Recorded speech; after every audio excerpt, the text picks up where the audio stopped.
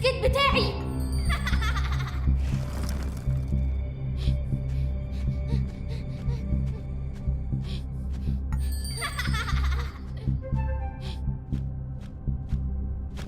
أنا آسفة، أنا أحق منك. أنتِ عايزة مني إيه؟ الجايزة دي بتاعتي، مش هسيبك، هاخده. نورة نورة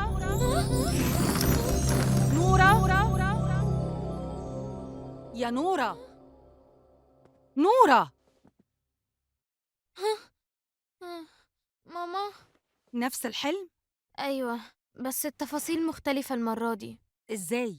يعني نور كان راكب السكيت بتاعي والجايزة المرة دي وقعت هو انتي نمتي الساعة كام؟ كالعادة ماما هترجع كل المواضيع اللي بتحصل في حياتي لسهري على التليفون. انتي بتقولي حاجة؟ لا ما بقولش حاجة خالص. نمت حوالي الساعة 1. واحدة؟ كام مرة قلتلك السهر على التليفون هو اللي بيجيب الأحلام الغريبة اللي تقلقك يا نورة؟ هو أي حاجة تحصل في حياتي يا ماما تقوليلي إن التليفون هو السبب؟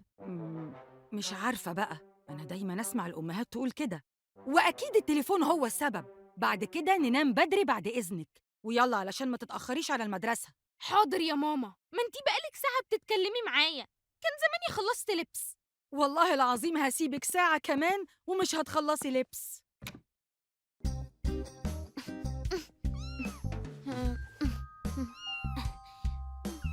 لوليتا، ايه اللي منزلك تحت؟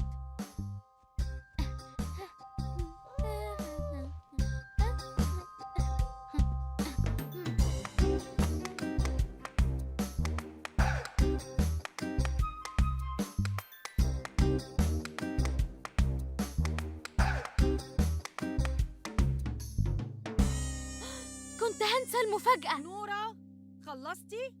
أيوة يا ماما خلصت.